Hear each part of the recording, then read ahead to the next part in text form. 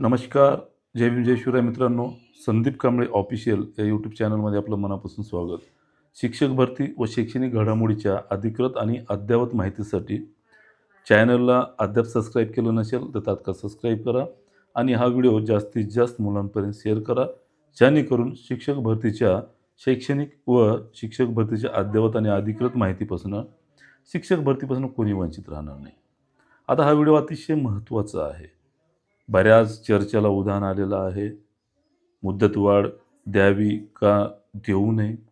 या अनुषंगाने बऱ्याच मुलांमध्ये मतांतर आहे.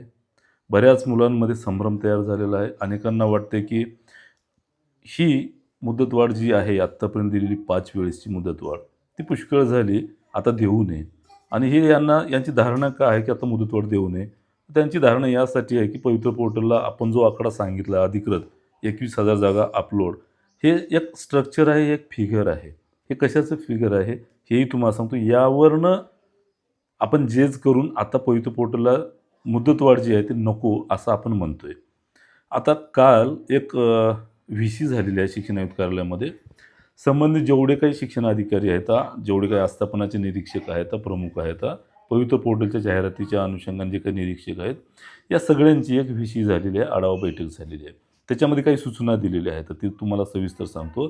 आता हा व्हिडिओ जो आहे तो अक्षरशः आता जी डेडलाईन आहे अगोदर दिलेली 10 तारखेला, 10 ते 20 या तारखेपर्यंतची मुदतवाढ जाहिरातीसाठी आणि आज रविवार, उद्या 20 तारीख आहे. खरंच मुदतवाढ देणे गरजेचं आहे का? किंवा मग मुदतवाढ वाढेल का? किंवा मग अनेकांना वाटतं की मुदतवाढ देऊ नये, तर खरंच मग मुदतवाढ वाढणार नाही का? आता ह्या दोन्ही गोष्टी ज्या आहेत ते आपण पाहतो. ते पाहण्याच्या पूर्वी पवित्र पोर्टलला ज्या काही जागा अपलोड झाल्या त्या संदर्भामध्ये सुद्धा आपण माहिती बघूया. एक पवित्र पोर्टलला अमरावतीचं रोस्टर जे आहे ते अपलोड झालेलं आहे. त्या ठिकाणी 628 ज्या जागा आहेत त्या ठिकाणी अपलोड झालेल्या. सोबतच सांगली जिल्हा परिषदेचे सुद्धा 479 पदं जी आहेत ते अपलोड झालेली आहेत. सोबतच अमरावतीमध्ये जे काही 628 पदं झाली ते प्रवर्गनिहाय जर जागा बघितल्या तर त्याच्यामध्ये एस-सीच्या 28 जागा आहेत आणि एस-टी च्या 84 जागा आहेत.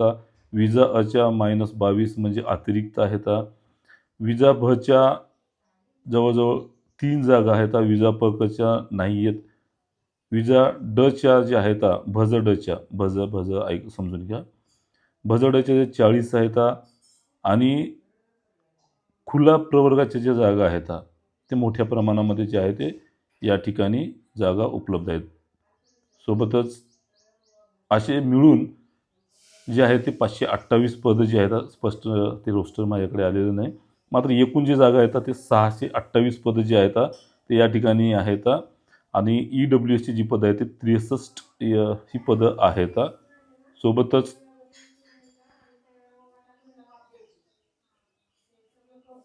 आता इथे आलेलं आहे. खुल्या गटाची जी जागा आहेत 379 आहेत.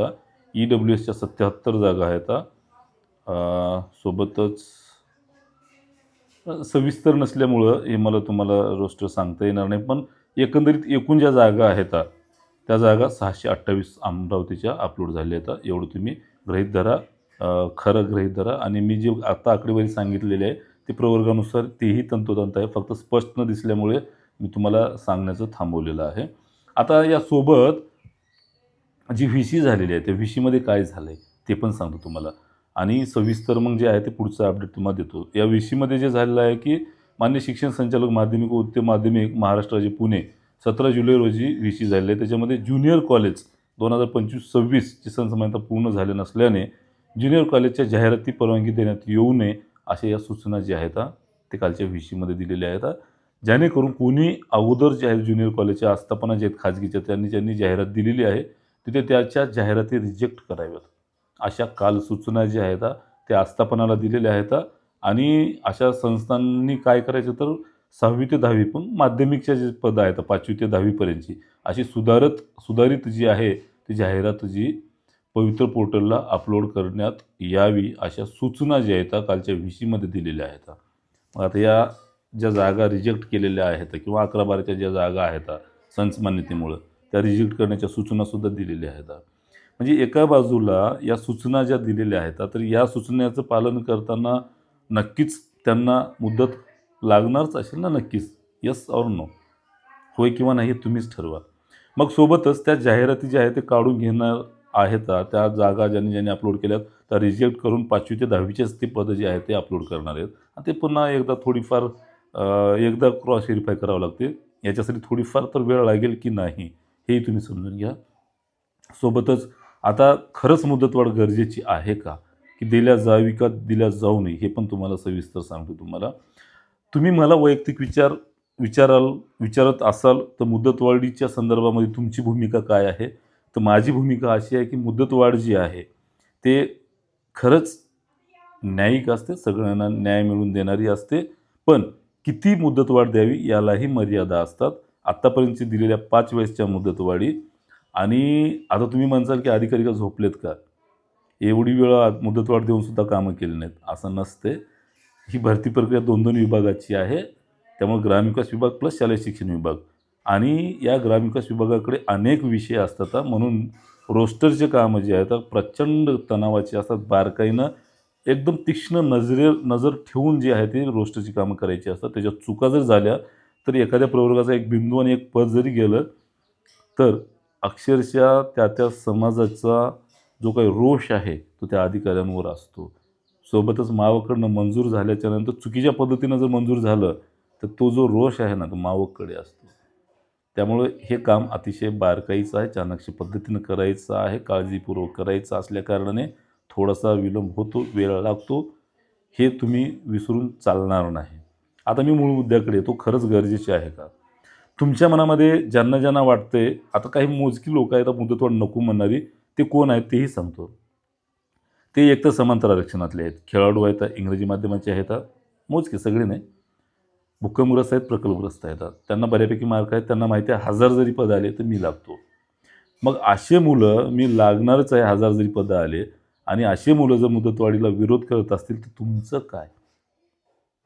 गेल्या वेळेचा अनुभव तुम्हाला सांगतो. एक समान मार्क असून 1 दिवसानं जो ज्युनियर होता तो लागला नाही. समान मार्क असून जो सीनियर होता 1 दिवसानं तो लागला. ज्युनियर अजूनही वाट पाहतोय परीक्षेची. हे दिवस का आलेत माहिती आहे का? अशीच मुदतवाढीला गेल्या वेळेस ती गडबड केली होती लोकांनी म्हणून यांच्यावर ही दिवस आलेत आणि बऱ्याच जागा ज्या आहेत ते पोर्टलला अपलोड होण्याच्या अगोदरच मुदतवाढ जी आहे ती न दिल्या कारणाने ते तसेच पदं राहिले. ती आलीच नाही आणि हे मुलं जे आहेत ते लागले नाहीत. आता मूळ मुद्द्याकडे येतो. आता तुम्हाला मुदतवाढ नको म्हणून तुम्ही जर त्रासले असाल, मुदतवाढीला बघून जर तुम्ही त्रासले असाल, तर तुम्हाला साधं एक गोष्ट सांगतोय की तुम्ही हे का कंटाळलेत, की तुम्हाला वाटतं की चला आता पवित्र पोर्टलला जे आहे ते 21,000 पदं अपलोड झालेली आहेत. मग आता मुदतवाढीची काही गरज नाही. तर 21,000 खरंच अपलोड झालेत का? तर ही अपलोड झालेली पदं एकदा समजून घ्या तुम्ही नेमकं काय आहे. मनपा, नपा, महानगरपालिका, जिल्हा परिषद, खाजगी आस्थापना या सगळ्यांना जाहिराती देण्यासाठी 1 मेपासून सगळा टॅब खुला केला आहे.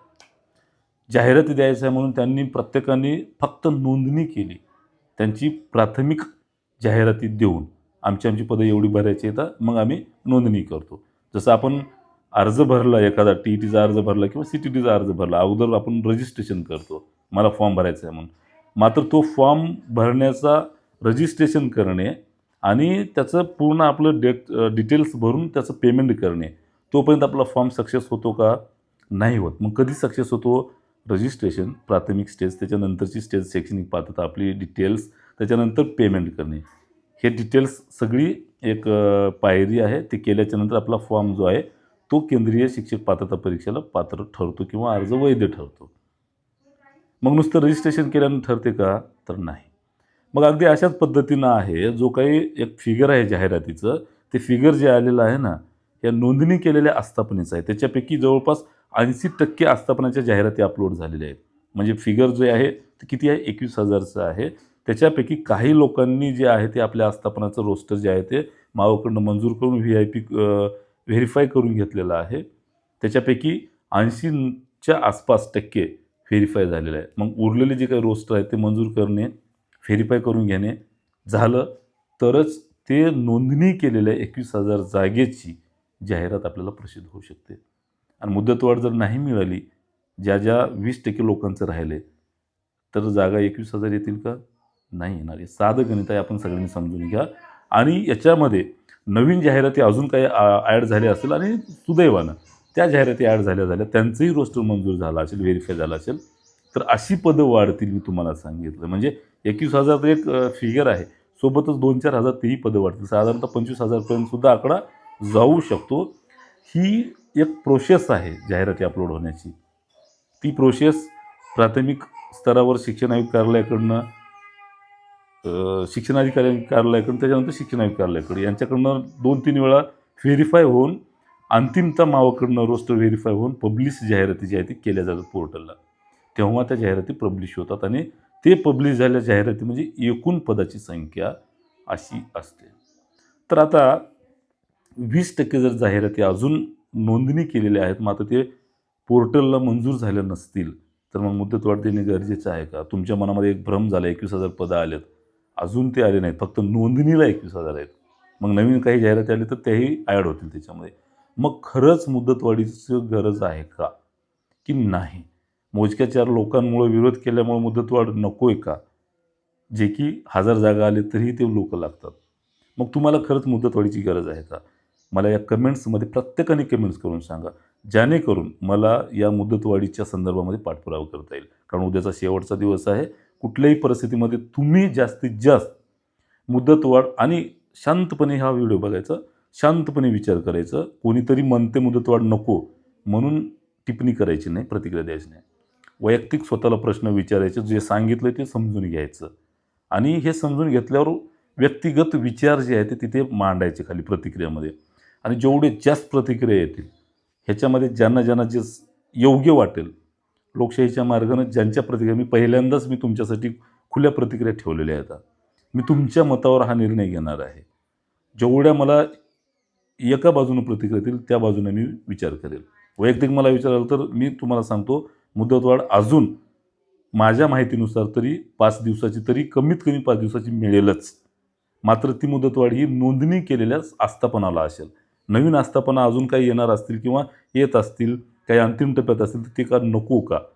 जर आल्या, ज्यानं मुदतवाढ नको म्हणते त्याच्या घरातून त्यांना पगार द्यायची आहे का जास्त जागा आल्या तर? नाही ना. या सगळ्या गोष्टीचा विचार करा आणि तुमच्या प्रतिक्रिया नोंदवा. त्यानुसार मी जी आहे ती पुढची भूमिका घेतो आणि सगळ्यांनी जी आपली प्रतिक्रिया आहे ती नोंदवणे बंधनकारक आहे सध्याला तरी. म्हणूनच मला आता ना खरंच, मला एक तर ट्रोलिंगचं मला काही फरक पडत नाही. पण मला कुठेतरी वाटतं की खरंच मुदतवाढी बी वारंवार होऊ नये. मला कुठेतरी वाटतं की जास्त वेळ होतोय. अनेकांचे गैरसमज आहे की सर आमचं एजबार होतं, हे होते, ते होते. तुम्ही कोणी एजबार होणार नाही. तुम्ही परीक्षा दिली, नोंदणी केली म्हणजे तुम्ही पात्र आहात. तुम्ही एजबार कोणी होणार नाही. हे असले सोंग करणारी, ढोंग करणारी नाटकं सांगायची नाही. खरंच जेन्युइन प्रॉब्लेम सांगायचे, मुदतवाढ का नको? खरंच नको. अशा अडचणी सांगायच्या. नक्कीच तुमच्या प्रत्येक विचारांचा जे आहे ते आपण आदर करतो आणि त्यानुसार निर्णय घेतो. त्यामुळे हा व्हिडिओ जास्तीत जास्त शेअर करा. जास्तीत जास्त प्रतिक्रिया नोंदवा आणि जास्तीत जास्त मुलांपर्यंत ही माहिती पोहोचू करा. त्यासाठी हा व्हिडिओ जास्तीत जास्त शेअर करा. नक्कीच अजून या सगळ्या प्रोसेसमध्ये जे आपण समुपदेशन कोर्स जो आहे तो सुरू केलेला आहे. जे प्राधान्यक्रम आहे ते प्रचंड निर्णायक ठरणार आहेत. गेले 3 दिवस झालं समुपदेशन कोर्स सुरू झाला आहे महा टीचर या ॲपवर, प्ले स्टोअरवरच्या. ज्यांना त्याच्यामध्ये जॉईन व्हायचं त्यांनी या कमेंटच्या पहिल्या कमेंटमध्ये लिंक जी आहे त्या महा टीचर ॲपची ती पिन केलेली असेल. ज्यांना जॉईन व्हायचं ते तात्काळ जॉईन व्हा. योग्य दिशेनं जाणारं मार्गदर्शन जे आहे ते नक्की तुम्हाला मिळेल. त्याचा 100% तुम्हाला फायदा होईल. त्यामुळे हा व्हिडिओ जास्तीत जास्त शेअर करा. जास्तीत जास्त मुलांना ही माहिती जाऊ द्या. कोणी वंचित राहणार नाही याची खात्री घ्या. थांबतो. धन्यवाद. जय भीम, जय शिवराय.